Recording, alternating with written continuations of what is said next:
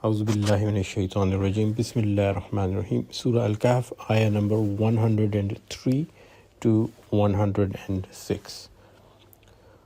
Bismillahir rahmanir rahim. Qul hal nunabbi'ukum bil akhsarina a'mala. Say, shall we tell you who are the greatest losers in whatever they may do? So Allah Ta'ala is saying that, do you want to know who are the people who are at most loss in everything that they do in their life? So, in life we gain some and we lose some. So life is a balance of gaining and losing. You win some, you lose some. But Allah says there are some people who, no matter what they do in life, they are at complete loss. So who are these people? الَّذِينَ ظَلَّ سَعْيُهُمْ فِي الْحَيَاةِ الدُّنْيَا وَهُمْ يَحْسَبُونَ أَنَّهُمْ يَحْسِنُونَ صُنْعًا. So these people, it is they whose labor has gone astray in the pursuit of no more than this world's life, and who nonetheless think that they are doing good works. So there are people who do good deeds and there are people who do bad deeds.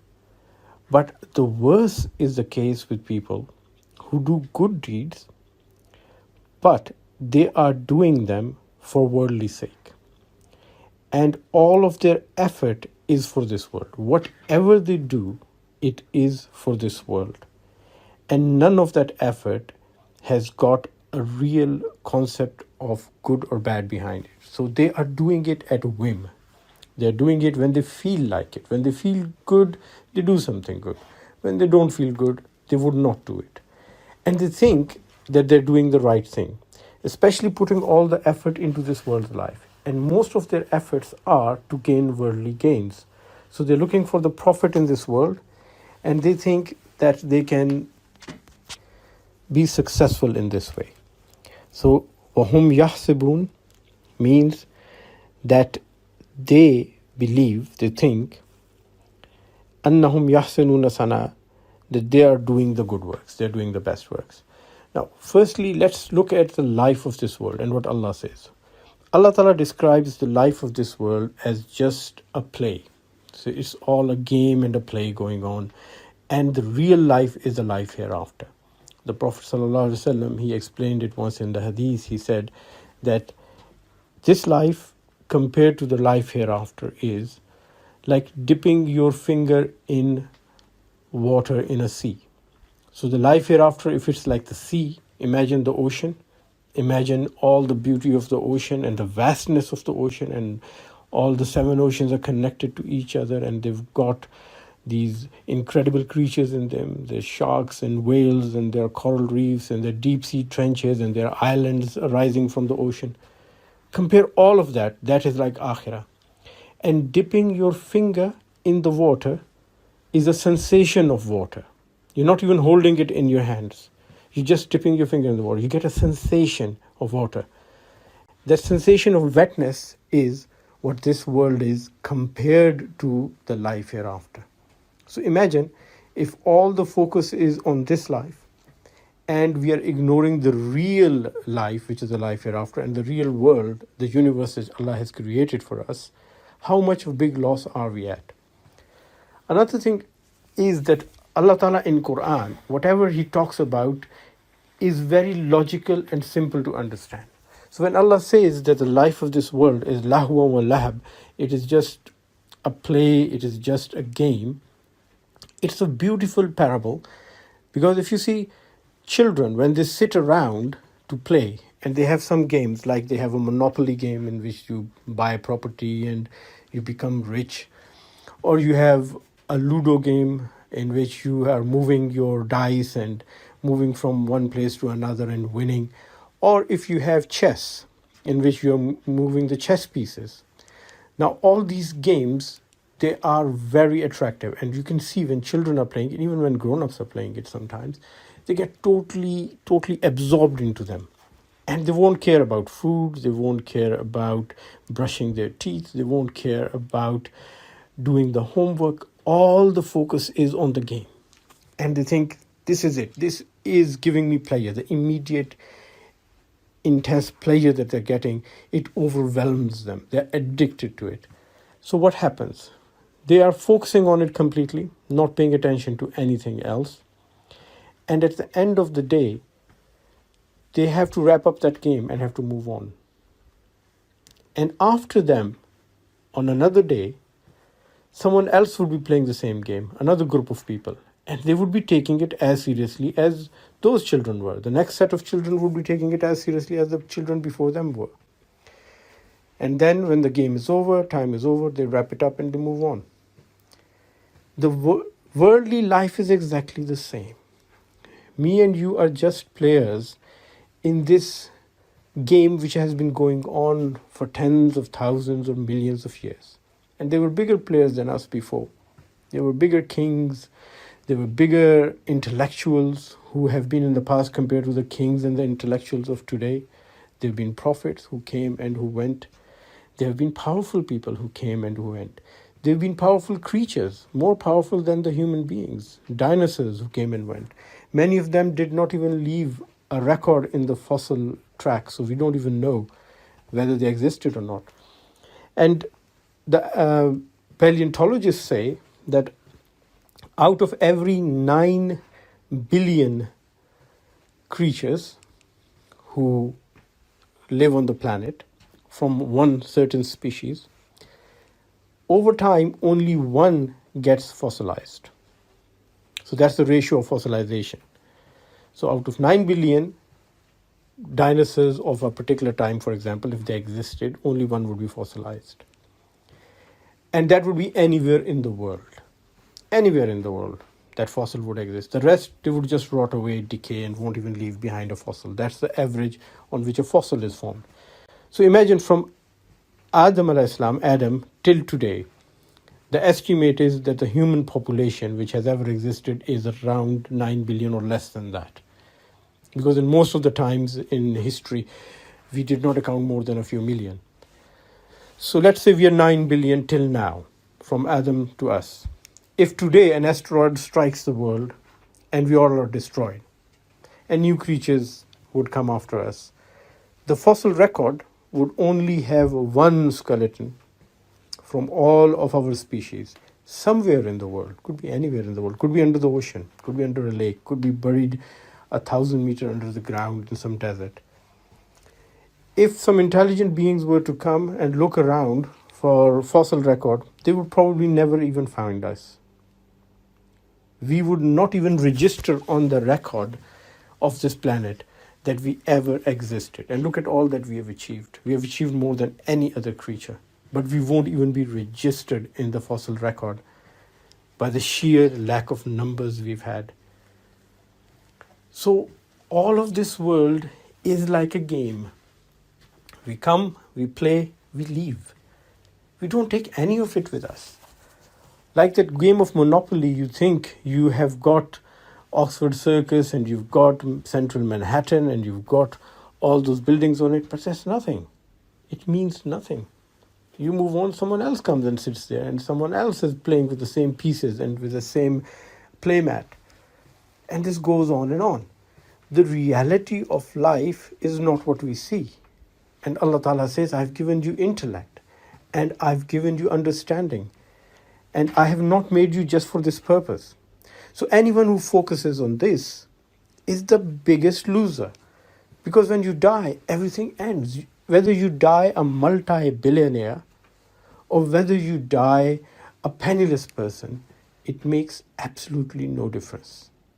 At death, the amount of money and savings and investments you have mean nothing.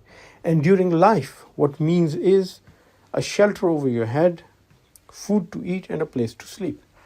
A person who's a multi-billionaire may not get good enough sleep in the day compared to someone who is a poor man and is just making ends meet, but might have a better sleep.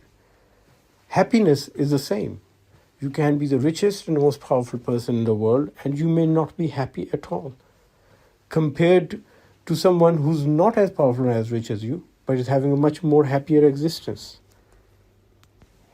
And imagine this temporary setup of the world, this stage on which we come and play our role and leave. We take it so seriously. And these temporary matters, this temporary land, these temporary houses, which before us belonged to someone else and after us would belong to someone other than us, we get so attached to them that we are willing to break our personal relationships, we are willing to kill, we are willing to fight, we are willing to argue over these with each other. And Allah says, these are the people who are making the biggest loss in life. Next ayah, Allah Ta'ala says, أُولَٰئِكَ الَّذِينَ كَفَرُوا بِآيَاتِ رَبِّهِمْ وَلِقَائِهِ فَحَبِطَتْ أَعْمَالُهُمْ فَلَا نُقِيمُ لَهُمْ يَوْمَ الْقِيَامَةِ وَزْنًا. It is they who have chosen to deny their sustainers' messages and the truth that they are destined to meet him. Hence all their good deeds come to naught, and no weight shall we assign to them on resurrection day. This is a very harsh message, a very, very strong message. Allah Ta'ala is saying that these people, because they've denied my message and they have forgotten and denied the fact that they are going to meet me, I am not going to give any weight to their good deeds. Now this is very strange. One would ask, if you do good deeds in this world, why would no weight be assigned to it? But Allah Ta'ala is not saying that you would not get a recompense for your good deeds. This is not what Allah Ta'ala is saying. He is saying that you are not going to get any recompense for them on the resurrection day, on the day of judgment. If you do good deeds for this world, you will get the results in this world. And you will get the benefit of them in this world. But if you do good deeds for the sake of Allah, then you will get the benefit in this world and the world hereafter. This ayah is very important in the sense that a lot of argument takes place around it, especially by the non-Muslims. People have asked me many a times, why do you have to be a Muslim to do good deeds and have a better end in the day of judgment, in the hereafter? Why can't you do good deeds without being Muslim, without accepting Islam, and then get a compensation and get a reward for it on the day of judgment? And this is a very valid question. But I'll give you an example here which would clarify what the situation is. Now imagine you have got two doctors. One of them is employed by the hospital and the other one has decided not to take up the job in the hospital. Now, if a person goes to the first doctor who has been employed by the hospital and that person says to him, I've got a headache, so the doctor is going to treat him, investigate him, and give him some painkillers, maybe a Panadol, Adol, whatever you call paracetamol, acetaminophen. Tablets given, simple tablets, headache goes away, the person says, thank you. Same happens to the other doctor who's not employed by the hospital, who has not signed a contract. So a person goes to him, has a headache, he examines him, does all the right things for him, and prescribes him the same medication, Panadol, Adol, paracetamol, acetaminophen, whatever brand name, and the patient takes the medication and the headache goes away. Both have done the same deed. Both have done the same deed, the good deed, right thing, did the right treatment, headache went away. Now, end of the month, the one who's employed by the hospital would go and claim money for it because he signed a contract with them that I'll treat patients in your hospital under your setting. The other doctor who's not employed by that hospital or maybe on a career break and is not working, he cannot go and claim salary for it. Why? Because he's not employed by them. He didn't sign the contract. But what's the difference here? What is the difference between the one who signs the contract and who does not sign the contract? There is a big difference. When you sign a contract with a hospital for the job, you have to do that job whether you like it or not. You cannot refuse the patient. You have made a commitment. Whether you're feeling in a good mood or a bad mood, whether you're tired or you are fresh, whether it's the start of the shift or the end of the shift, whether you've had your lunch and your cup of coffee or not, you are supposed to help the people and look after the patient and treat them. And that's why that obligation and that promise you make to the hospital that I'm committing my time to your services is what they pay you for. Not just what you do, not just the results of your actions and deeds, but that commitment. The other doctor who has not signed a contract with the hospital, is not working with them, he can refuse. He will only treat patients if he feels like it. If somebody comes up to him and says, I've got a headache, could you help me? If he feels like it, he'll say, yeah, I will. If he doesn't feel like it, he'll say, sorry, I'm busy right now. I have got to go spend time with my family. Sorry, I'm not employed to look after you. He has a choice. He has a choice to do good or not to do good. And he has the rightful choice because he's not under contract to treat people. But the person who's employed is under contract. This is the difference between being a Muslim and a non-Muslim. A Muslim is under contract. You are going to do the right thing whether you like it or not, whether you are up to it or not, whether you feel like it or you're not. You do it. And it's most of the time when you don't feel like doing the right thing, but you do the right thing, that you get more compensated for. You know, like putting extra hours when you're tired and you finish your work, but there's a lot of backlog of patients and the hospital tells you stay behind and see more patients, we'll pay you more, and you do that, you get extra pay for it. If you've got your annual leave and you've cancelled it and you say, no, I'm going to work on it because the hospital needs me, you get extra reward for it. Even if you do your normal hours, you get a normal reward for it. A non-Muslim or one who does not believe in Allah or who does kufr, he's doing good deeds for what? Because he feels like it. When he feels like it, he'll do it. When he doesn't feel like it, he's not under obligation to do it. So he would not be given the same treatment and he cannot expect the same results on the Day of Judgment as a person who's made a lifelong 100% commitment to do the right thing. And also there's another thing. The other side of the coin, the flip side of the coin. If a doctor employed by the hospital does something wrong, he's going to be punished more. He's going to go to court.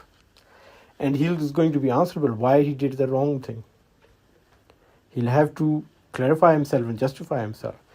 Whereas a person or a doctor who's not employed by the hospital and just by goodwill is treating someone and something goes wrong, he might take refuge under the Good Samaritan law, which is the law in which you're doing something good out of your heart, and if something goes wrong, the law is not going to be that harsh on you. The law is still going to take things into account and say, did you do the right thing or not?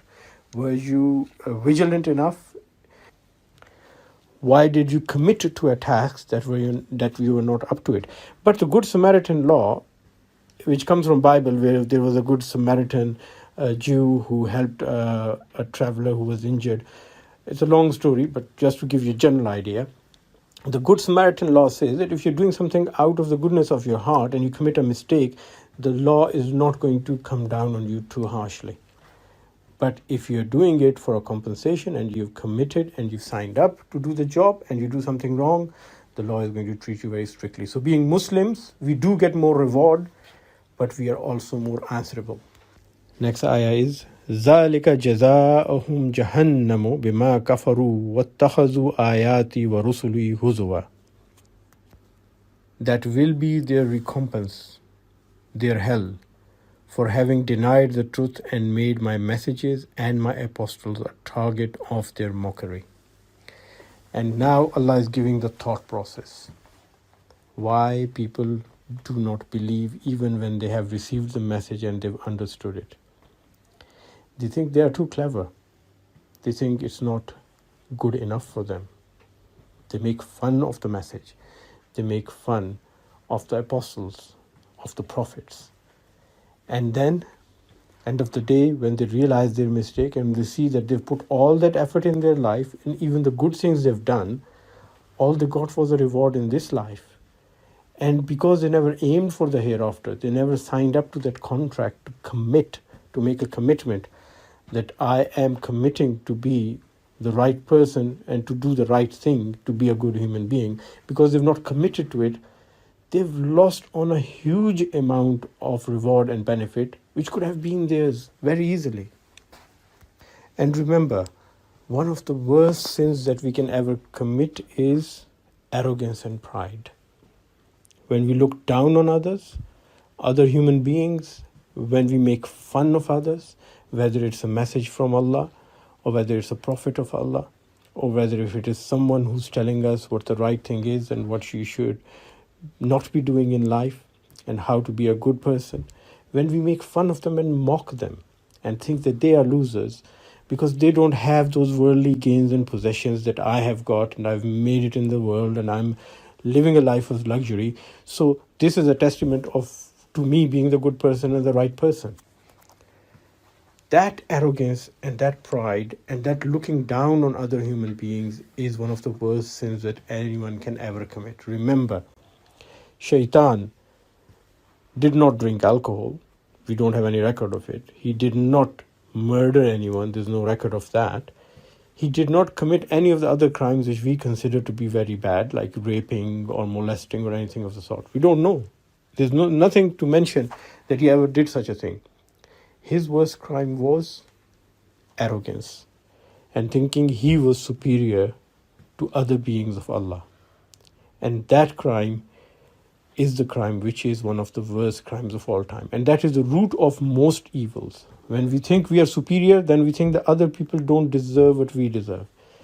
And that's from where all the other evils stem out. If we have empathy for other creatures of Allah, and if we understand them or respect them and show them recognition, then most of the time we will do the right thing when dealing with the other creatures of Allah. Inshallah, tomorrow we'll continue with the other ayat. Till then, please remember everyone in your prayers, and Assalamu alaikum wa rahmatullahi wa barakatuh. A special thank you for everyone who made this effort possible, especially our IT team. Last but not the least, a big thank you and special prayers for the person who started this dawah effort with me, but prefers to stay anonymous at present. Please remember us all in your prayers. May Allah reward everyone who's involved in this dawah effort, especially the people who are watching it and listening to it. May Allah reward them in this life and the hereafter. Ameen summa ameen.